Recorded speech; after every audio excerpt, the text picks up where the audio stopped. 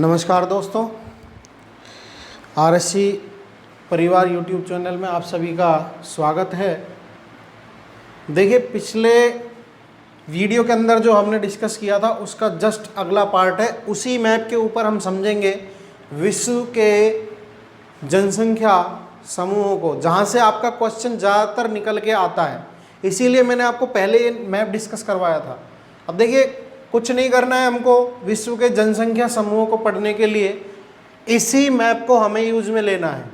कोई बुक नहीं चाहिए हमको, इसी में से दिक्कत बिल्कुल ख़त्म हो जाएगी। आपकी जितनी भी आपकी परेशानी है वो सभी यहाँ पर समाप्त हो जाएगी। देखिए, समझिएगा।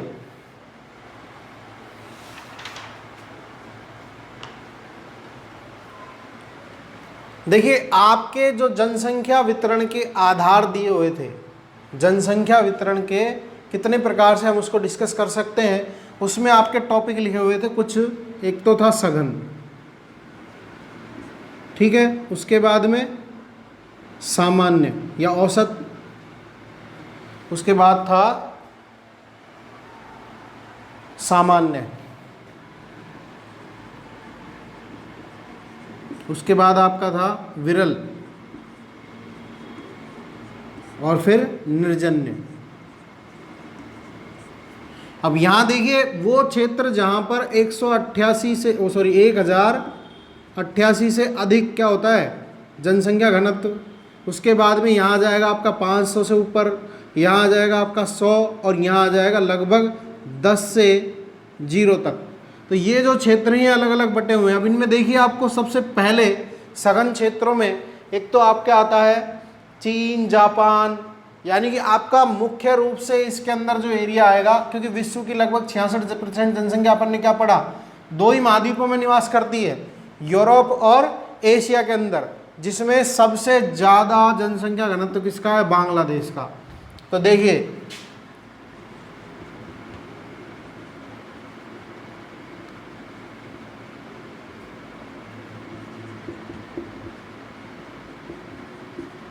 बांग्लादेश, ठीक है। अब यहां पर हम इसको बांटते हैं थोड़ा। देखो, ये हो गया एशिया का दक्षिणी हिस्सा, ये साउथ, और ये एशिया का कौन सा हिस्सा हो गया, पूर्वी, ईस्ट। तो यहां पर इसी तरह से हमको देश डिस्कस करने हैं। देखिए, फर्स्ट आया अपना कौन सा, आपका बांग्लादेश, नेपाल, ठीक है, भारत, श्रीलंका, ठीक है। इसके बाद में आपका म्यांमार, और इसके बाद में आपका थाईलैंड, ये आपका पाक, नापाक पाक। इसके बाद में देखिए इतना, इसके बाद में आपको आगे निकलना है और यहां पर आ जाइए आप इसमें सेकेंडरी क्षेत्र में। आप देखो यहाँ पे ईस्ट में, ईस्टर्न क्षेत्र, तो यहां देखिए आपका जापान, ठीक है, दक्षिणी कोरिया, उसके बाद में आपका चीन, ठीक है, इसके बाद में आपका ताइवान वगैरह, जो भी आपके जितने भी देश यहाँ पर पढ़ते हैं वो सारे इधर आ जाएंगे। तो ये सब आपको यहाँ पर क्या करना है, डिस्कस करना है। ताइवान हुआ आपका, दक्षिणी कोरिया हुआ, जापान, चीन है, तो ये सभी आपके क्लियर हुए यहाँ पर। तो देखिए, पहला पढ़ा अपन ने विश्व के सघन जनसंख्या के सघन क्षेत्र, यानी कि अब ये वो क्षेत्र है जहाँ पर जनसंख्या बहुत ज़्यादा पाई जाती है। उसका मेन कारण क्या है, क्योंकि यहाँ पर लोगों को रहने के लिए आसान जलवायु प्राप्त होती है, यानी कि रहने के लिए जो इनको आवश्यकता की जो चीज़ें हैं वो आसानी से यहाँ पर क्या हो जाती हैं, प्राप्त हो जाती हैं। इसलिए ये लोग यहाँ पर ज़्यादातर निवास करते हैं। इसके बाद में ऐसा ही कुछ सेम डिस्कशन आपको मिलेगा कहाँ पर, सामान्य क्षेत्र, जहाँ पर आपके आएंगे कौन से, अगर अपन सघन क्षेत्र में ही अगर आप यूरोप की ओर जाएंगे तो वहां पर आपका ब्रिटेन, ठीक है, आयरलैंड, स्कॉटलैंड, ठीक है, और इटली, इसके बाद आपका फ्रांस, रूस का कुछ एरिया है, पूरा नहीं आएगा। इस तरह से ये एरिया आपके आ जाएंगे इसमें, ठीक है, ये कुछ देशों के नाम अपन डिस्कस किए। इसके बाद में सेकंड स्थिति आती है आपकी सामान्य, यानी 500 से आसपास। तो इसमें आप देखेंगे ऐसे क्षेत्र जहां पर लोग इसलिए रहते हैं, केवल इसलिए नहीं रहते कि वहां पर जलवायु बहुत अच्छी है, लेकिन वहां इसलिए उनको रहना पड़ता है, जलवायु के खिलाफ भी लोगों को वहां पर इसलिए विचरण करना पड़ता है क्योंकि वहां के क्षेत्रों में आपको क्या मिलते हैं, कुछ मिनरल्स, कुछ संसाधन और कुछ खनिज इस प्रकार के मिलते हैं कि आपको उनको निकालने के लिए वहां जाना ही पड़ता है। तो वो क्षेत्र आपके ये वाले हो जाएंगे। जस्ट लाइक आपका हुआ एक तो ये इस तरह का क्षेत्र, ये अमेरिका का हो गया आपका। फिर यहाँ पर जो एंडीज और रॉकीज जो पर्वत है उनके आसपास के जो क्षेत्र हैं वहाँ पर भी आपको ऐसे सारे देश देखने को मिलेंगे जहाँ पर लोगों का जनघनत्व तो 500 व्यक्ति प्रति स्क्वायर किलोमीटर रहता है। इसके बाद में आपका मिलता है विरल। तो देखिए ऐसा क्षेत्र, विरल क्षेत्र, वो पूरे विश्व में 70% ऐसा क्षेत्र है जहाँ पर पूरे विश्व की मात्र 5% जनसंख्या क्या करती है, निवास करती है। 70% क्षेत्र पर मात्र 5% जनसंख्या निवास करती है। देखिए थोड़ी देर पहले हमने डिस्कस किया था कि 20 से 60 के बीच में, 20 से 60 के बीच में 80, 20 से 60 के बीच में 80, ऊपर 1% जनसंख्या निवास करती है दोनों ही क्षेत्रों में। तो ये वाला जो अपना क्षेत्र हो गया, ये लगभग कैसा हो गया, विरल क्षेत्र। यहाँ पर आपके विरल जनसंख्या वाला क्षेत्र है ये, ठीक है। उसके बाद में आता है आपका अति न्यून जनसंख्या वाला क्षेत्र। तो अब देखिए आपका, जैसे यहाँ पर आपका आ गया सहारा का मरुस्थल, ठीक है, यहाँ आपका आ गया कालाहारी, नूबियन, ठीक है। उसके बाद में गोबी, तकलामाकन, यहाँ आपका आ जाएगा ग्रेट सैंडी ऑस्ट्रेलिया में।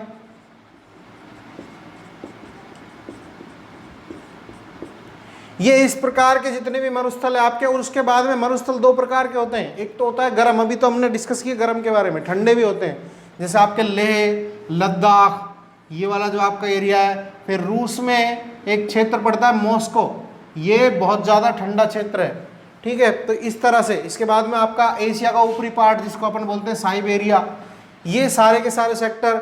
यहाँ आपका अलास्का, ग्रीनलैंड,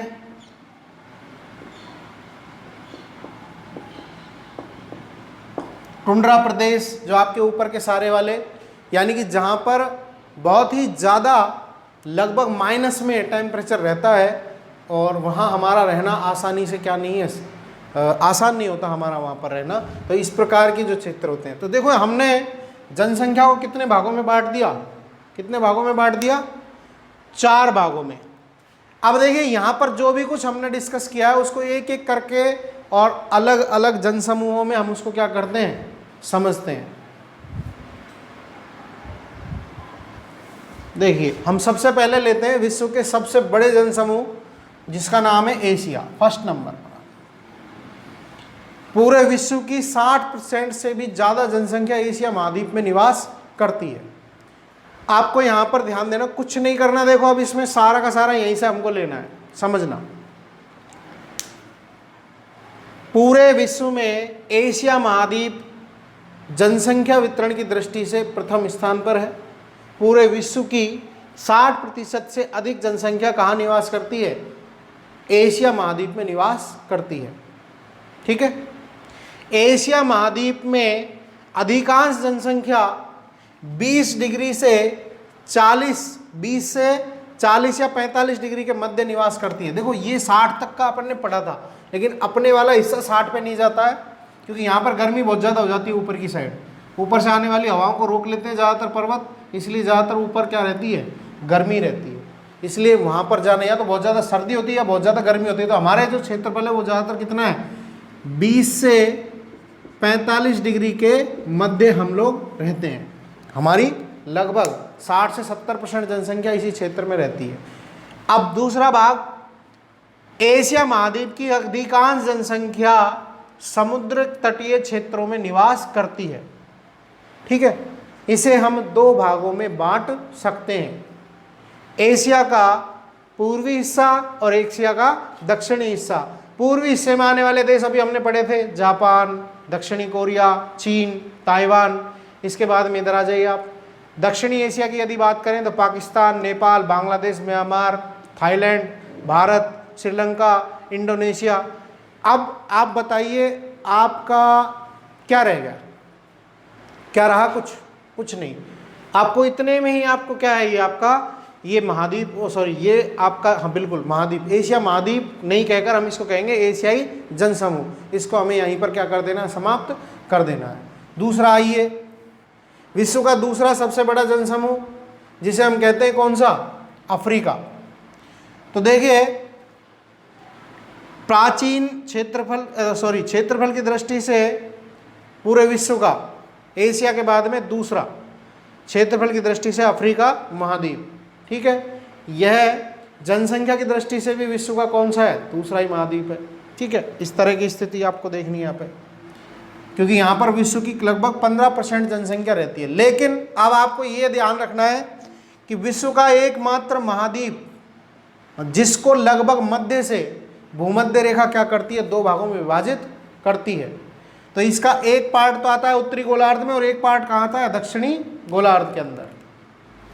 तो देखिए सहारा के मरुस्थल उत्तरी गोलार्ध में अधिक फैलाव होने के कारण इसमें उत्तरी गोलार्ध पर जो इसका क्षेत्रफल है वहां पर जनसंख्या कम मिलती है, जबकि दक्षिणी गोलार्ध में जनसंख्या ज़्यादा मिलती है। और दक्षिणी गोलार्ध में ही मुख्य रूप से ये कौन से में आता है? सामान्य में। क्योंकि देखिए दक्षिण अफ्रीका हो गया आपका, तंजानिया हो गया, इधर ये आपका क्या बोलते हैं सूडान हुआ, और मुख्य रूप से शिकारी देश होते हैं केनिया, तंजानिया, युगांडा। इन क्षेत्रों के अंदर कालाहारी मरुस्थल वाले क्षेत्र में जहाँ पर आपने बुशमैन जनजाति पढ़ी थी, इन क्षेत्रों में मुख्य रूप से खनिज पदार्थों की भरमार है। जोहान्सबर्ग नामक जो सबसे बड़ी हीरे की खदान है जिसमें सोना भी मिलता है, वो दक्षिण अफ्रीका में है, विश्व की सबसे बड़ी और उन्नत खदान। तो इसलिए यहाँ पर ये लोग केवल इस बेसिस पे रहते हैं कि यहाँ पर इन्हें आराम से बहुमूल्य खनिज प्राप्त हो जाते हैं। तो प्रकृति से थोड़ा विरोध झेलकर भी ये लोग यहाँ पर निवास करते हैं। तो ये आपका हुआ दूसरा क्या? जनसमूह। इसके बाद में आ जाइए आप तीसरे जनसमूह पर। थर्ड जनसमूह आएगा आपका लगभग यूरोप। तो देखिए यूरोप में भी वही हिस्सा है कि यूरोप महाद्वीप के अंदर यहाँ आएगा आपका 45 से ऊपर और लगभग 30 से, क्योंकि ये देखो यहाँ पर आएगा इसमें भूमध्य सागर, भारत शुरू हो जाता है 20 से, लेकिन क्या आपका यूरोप 20 से शुरू होगा? नहीं होगा, क्योंकि सीधा सीधा ये कहाँ चला गया? लगभग 30 के आसपास। तो ये 30 से 50 या 55 पर जाकर रुकेगा। तो यहाँ पर इसको हम क्या कहेंगे? इसमें मुख्य रूप से जो जनसंख्या निवास करती है 30 से 50 डिग्री अक्षांश पर निवास करती है। यहाँ की जलवायु सम या मुख्य रूप से कैसी होती है? ठंडी होती है, ज़्यादातर ठंडी जलवायु यहाँ देखने को मिलती है। और इन क्षेत्रों के लोगों का जो स्किन होता है वो भूरा होता है, गोरे होते हैं ये लोग बहुत ज़्यादा। और अगला देखिए इसमें मुख्य रूप से वही समुद्री क्षेत्रों की ओर ज़्यादा जमाव है और ऊपर की ओर कम जमाव है। तो यहाँ से आपको इन देशों को निकाल कर और लिख देना है। मुख्य रूप से यहाँ पर सघन जनसंख्या वाले क्षेत्र और सामान्य जनसंख्या वाले क्षेत्र निवास करते हैं। और विश्व की लगभग 10% जनसंख्या यूरोपीय जनसमूह में निवास करती है। ये आपका तीसरा जनसमूह हुआ। इसके बाद में आ जाइए आप चौथे जनसमूह के ऊपर। और चौथा जनसमूह आपका देखो, यहाँ पर हमने पढ़ा था पहले उत्तरी अमेरिका और दक्षिण अमेरिका, लेकिन जब हम बात करते हैं अमेरिकी जनसमूह की तो वहाँ पर हम पूरे के पूरे अमेरिका के तीनों पार्ट, उत्तरी अमेरिका, दक्षिणी अमेरिका और मध्य में उनको जोड़ने वाला लैटिन अमेरिका, तीनों को साथ में पढ़ते हैं। और साथ में पढ़ते हुए निकालेंगे तो देखिए लगभग दोनों की जनसंख्या मिलाकर होती है 12% के आसपास। अब यहाँ यदि हम निकालें तो अमेरिका के उत्तरी गोलार्ध में मुख्य रूप से देखो कनाडा, ये आपका हो गया, और ये हो गया आपका यूएसए।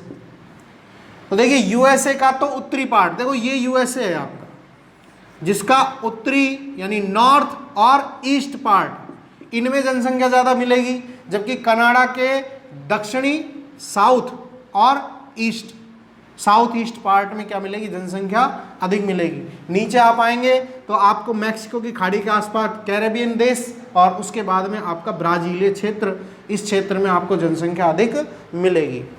तो ये हुआ आपका जनसमूह का पार्ट पूरा। कुछ नहीं है इसके अंदर, बहुत ज़्यादा आप स्ट्रेस में मत आइएगा। एक ही टॉपिक से आपके कई टॉपिक क्लियर हो सकते हैं, बहुत बड़ी बात नहीं है इसके अंदर।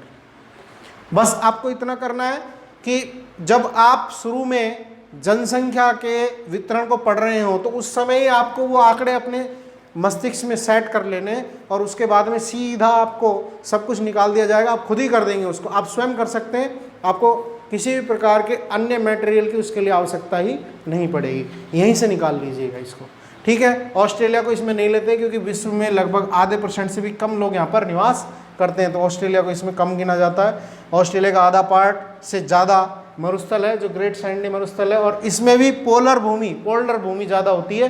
पोलर भूमि यानी कि समुद्र से ली हुई भूमि।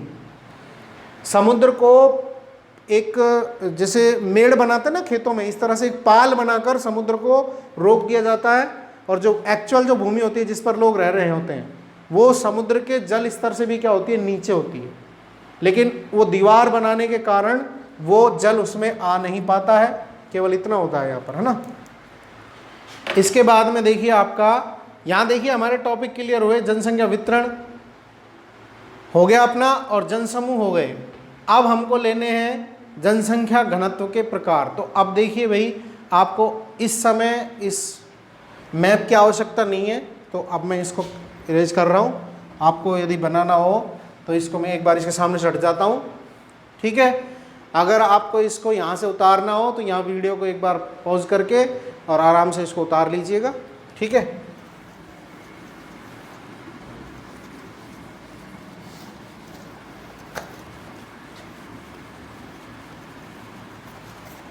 ये रेड मार्कर जिद्दी है।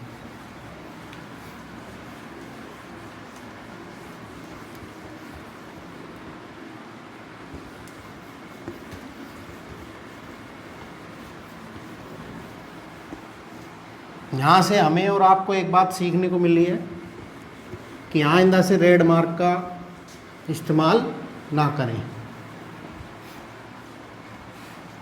सीखना चाहिए, जहाँ से भी मिले सीखना चाहिए ना।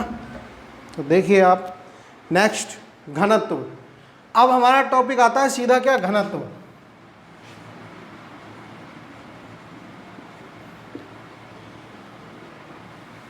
घनत्व में देखिए आप कि घनत्व होता क्या है। तो देखिए पूरे पहले पढ़ लिया हमने कि पूरी की पूरी जो जनसंख्या है, जो जिस क्षेत्र पर वो जनसंख्या रह रही है, उस क्षेत्र के साथ उस जनसंख्या का जब हम आनुपातिक क्या निकालते हैं, यानी औसत निकालते हैं, तो उसे हम क्या कहते हैं, जनसंख्या घनत्व कहते हैं। यानी कि दोनों के मध्य आनुपातिक अंतर को हम किसी क्षेत्र और वहाँ की जनसंख्या के मध्य आनुपातिक अंतर को हम क्या कहते हैं, जनसंख्या घनत्व कहते हैं। अब ये कितने प्रकार का होता है, तो भाई देखिए आपकी पुस्तक के अंदर 5 प्रकार के जनसंख्या घनत्व दिए हुए हैं। पहले हम इनको लिख लेते हैं। गणितीय, आर्थिक, गणितीय,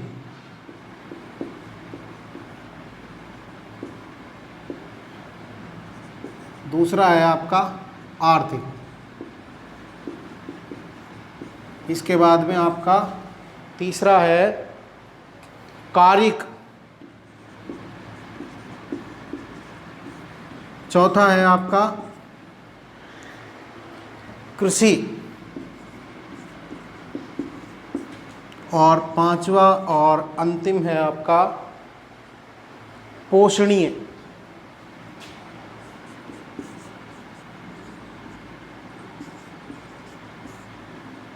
घनत्व, ये सब आपके क्या हो गए, घनत्व।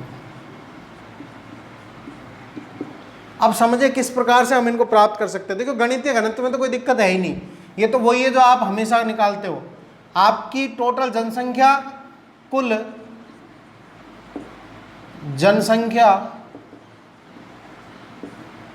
जनसंख्या में किसका भाग दे देना है, क्षेत्रफल का। किसी स्थान विशेष के कुल जनसंख्या में कुल क्षेत्रफल का क्या दे देना, भाग दे देना। यानी कि एक व्यक्ति के एक प्रति वर्ग किलोमीटर में कितने व्यक्ति निवास करते हैं, ये यदि हम निकालें तब हमको पता लगता है कि वहाँ का क्या है, गणितीय घनत्व क्या है। तो पहला हुआ अपना। इसके बाद हुआ आपका आर्थिक घनत्व। तो आर्थिक घनत्व में देखिए आप, उत्पादन के साधन कितने हैं। देखो जनसंख्या हमेशा ऊपर रहेगी आपकी, कुल जनसंख्या ये हो गया आपका। देखिए सेकंड, कुल जनसंख्या बटा आपके कुल संसाधन। इससे क्या पता लगता है हमको, इससे पता लगता है आपकी उत्पादन क्षमता का आधार। आपके जनसंख्या आपकी बहुत है, लेकिन आपके पास में संसाधन कितने हैं और वो उस जनसंख्या में कितने कितने बट में आएंगे, उनमें कितने कितने वो बटेंगे। यानी कि जितना किसी व्यक्ति को चाहिए यदि उतना मिल रहा है, उतने आपके देश के पास हैं, तो आप एक अच्छी स्थिति पे गेन कर रहे हैं, वरना आपकी स्थिति क्या है, खराब है। इसके बाद में देखिए कार्यिक। अब ये कार्यिक से पता लग रहा है कि कार्य करने वाले कार्य कितना है, यानी यहाँ पर इसका दूसरा नाम है कृषि क्षेत्रीय। कार्यिक का ही नाम है कृषि क्षेत्रीय। ये अपन दोनों को एक ही नाम से ले सकते हैं। देखिए तीसरे में क्या करते हैं, जनसंख्या और कुल कृषि भूमि। अब देखिए यहां पर कुल जनसंख्या में भाग दे देते हैं किसका, पूरे देश के अंदर। क्या पूरे देश की भूमि पर कृषि की जाती है? नहीं। इसलिए कुल वो भूमि जिस पर आप कृषि करते हो, केवल उस भूमि को यहां पर लिखना है, कुल कृषि भूमि। ठीक है भाई, इसका भाग दे देंगे तो हमको क्या पता लगेगा कि एक व्यक्ति के हिस्से में कितनी ऐसी भूमि आ रही है जो उसको कार्य प्रदान कर सकती है। यानी कि प्राथमिक सेक्टर आप लोगों के कितना कितना बट में आ रहा है। यानी कि आप बेरोजगार की स्थिति में तो नहीं जा रहे, आपकी जनसंख्या इतनी ज़्यादा तो नहीं बढ़ गई है कि आप उनको एक सही और सटीक, यानी कि मनरेगा तक में भी आप उनको काम दे सकते हैं या नहीं। तो इसका यहाँ से पता लगता है। फोर्थ आपका आता है इसमें टॉपिक कृषि घनत्व। अब देखिए इसमें अभी तक हमने तीनों में लिखा था कुल जनसंख्या, लेकिन यहाँ कृषि घनत्व का जब नाम आएगा तो यहाँ पर मात्र कृषक जनसंख्या आएगी।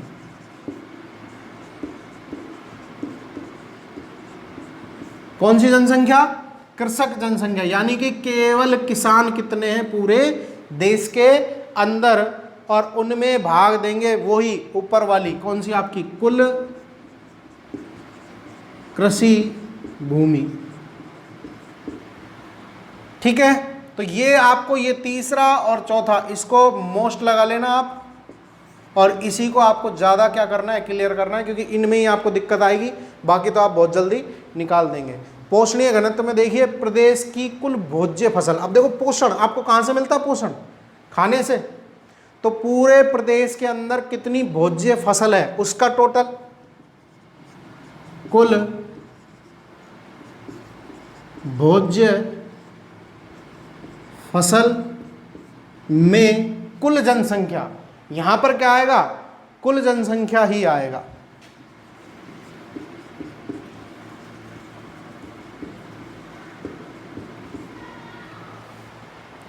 ठीक है भाई, लेकिन यहां पर देखिए ये मैंने थोड़ा उल्टा कर दिया, नीचे भोज्य फसल आएगी नीचे और कुल जनसंख्या आएगी ऊपर। जनसंख्या हमेशा ऊपर आएगी और जिस चीज को हम निकाल रहे हैं उसका अपन उसमें क्या देंगे, भाग देंगे।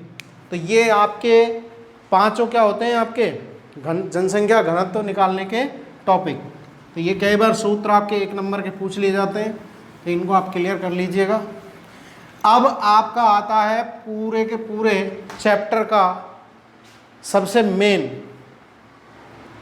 जनसंख्या घनत्व को प्रभावित करने वाले कारक। देखिए जनसंख्या घनत्व को प्रभावित करने वाले कारक, कारक जो क्या करते हैं, प्रभावित। तो देखिए इसको 2 भागों में बांट सकते हैं अपन, वैसे तो 4-5 भाग होते हैं इसके, भौतिक, आर्थिक, सामाजिक और सांस्कृतिक। इसके बाद में एक और ले सकते हैं धार्मिक। कारणों की कोई कमी नहीं है, लेकिन मुख्य रूप से हमको पढ़ने दो, भौतिक और आर्थिक। तो देखिए भौतिक जो भूमि से संबंधित है, आपकी मृदा कैसी है, आपके जो क्षेत्र हैं विशेष उनमें आपकी मृदा कैसी है, वहाँ की जलवायु कैसी है, ठीक है। यानी कुल मिला के ये सभी चीज़ किसको इंडिकेट करती हैं, फैसिलिटीज़ को, कि आपको कोई क्षेत्र किस प्रकार की फैसिलिटी प्रदान कर रहा है, आप उसमें उतनी ही ज़्यादा क्या करेंगे, रहने के लिए मजबूर हो जाएंगे। मृदा कैसी है, जलवायु कैसी है, वहाँ पे जल प्रणाली किस प्रकार की है, ठीक है। और इसी प्रकार से ये जितनी भी चीज़ें होती है, और उसके बाद में खनिज, कितने खनिज संसाधन वैसे इसमें आ जाएंगे आर्थिक में। यहाँ देखिए खनिज, अन्य संसाधन, औद्योगिकरण, इससे पहले आएगा नगरीकरण और औद्योगिकरण। देखिए औद्योगिकरण और नगरीकरण आपको देखने में एक जैसे लगते हैं, लेकिन दोनों अलग अलग होते हैं, ध्यान रख लेना। सबसे पहले किसी जगह पर क्या लगता है, कोई प्लांट लगता है। प्लांट का मतलब पेड़ नहीं है कोई, मतलब जैसे फैक्ट्री वगैरह लगा दी है ना, उस फैक्ट्री में काम करने वाले लोगों की संख्या क्या करेगी, बढ़ेगी, प्लस होगी तो वो काम करेंगे, तो वहीं पर रहने के लिए उनको क्या चाहिए, आवास के बाद उनको क्या चाहिए, सुविधा। देखिए पहले से जनसंख्या आई और उसके बाद में क्या चाहिए उनको, आवास और सुविधा। इस सुविधा के देने के कारण फिर किसका निर्माण होता है, नगरीकरण का, जिसमें आपके स्कूल, कॉलेज, ठीक है ना, दुनिया भर के ऑफिस, उसके बाद में खेलने कूदने का सामान, आपके चिकित्सा संबंधी यानी स्वास्थ्य संबंधी सभी कार्य फिर वहाँ पर आराम से क्या हो जाते हैं, आपको प्रोवाइड करवाए जाते हैं। तो एक ही जगह पर, तो इसीलिए उसको क्या बोलते हैं फिर अपन, नगर, शहर, ठीक है। तो पहले औद्योगिकरण और फिर नगरीकरण। तो ये हो गए आपके जनसंख्या घनत्व को प्रभावित करने वाले कारक। अब आइए आप जनसंख्या वृद्धि पर।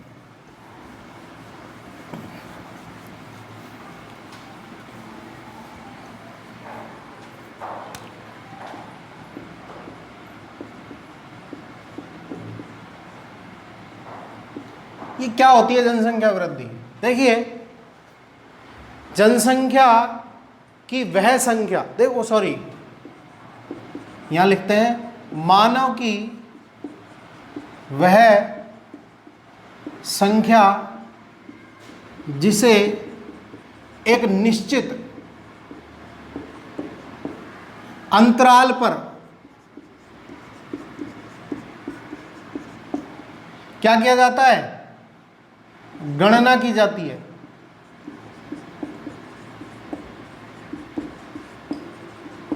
क्या कहलाएगी, जनसंख्या वृद्धि कहलाएगी। इसको बोलते हैं अपन क्या, जनसंख्या वृद्धि,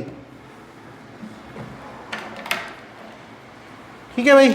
इसके बाद में अगला आपका टॉपिक आता है, जैसे भारत के अंदर देखो यहां पर अपन उदाहरण ले सकते हैं कि 10 वर्ष के अंदर क्या की जाती है, जनसंख्या की जनगणना की जाती है। अब देखिए जनसंख्या वृद्धि के कारण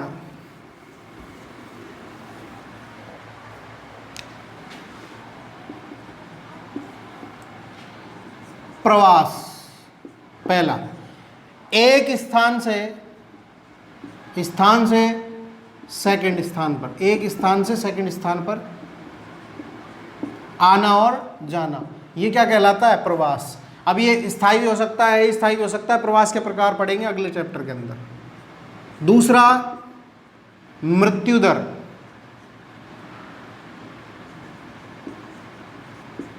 या जन्म दर, ये कम भी हो सकती है और ज़्यादा भी हो सकती है। इसके बाद में विभिन्न आविष्कार,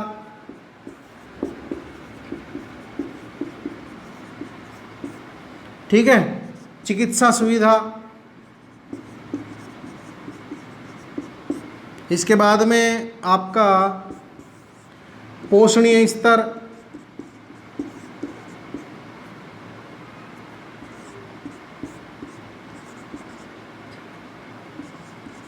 तो ये कुछ एक चीज़ें होती हैं जो आपको बताती हैं कि आपकी जनसंख्या किस प्रकार से बढ़ती है। देखिए प्रवास के कारण जन्म दर और मृत्यु दर, ये अपन अभी डिस्कस करेंगे जननांगीय संक्रमण के अंदर।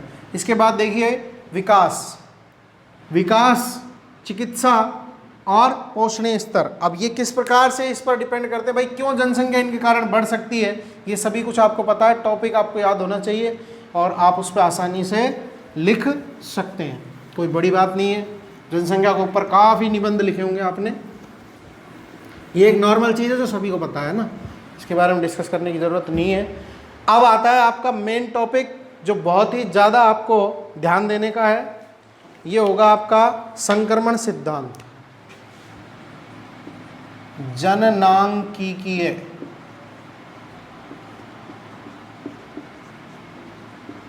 संक्रमण सिद्धांत। देखिए इसको बहुत अच्छे से समझ लेना क्योंकि आपके बोर्ड में सबसे ज़्यादा पूछा जा सकता है ये, और इसमें से आपके बहुत ज़्यादा क्या आते हैं, क्वेश्चंस भी आते हैं।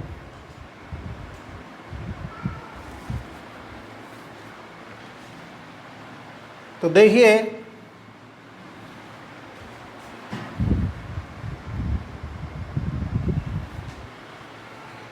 इसे हम अगले वीडियो में डिस्कस करेंगे।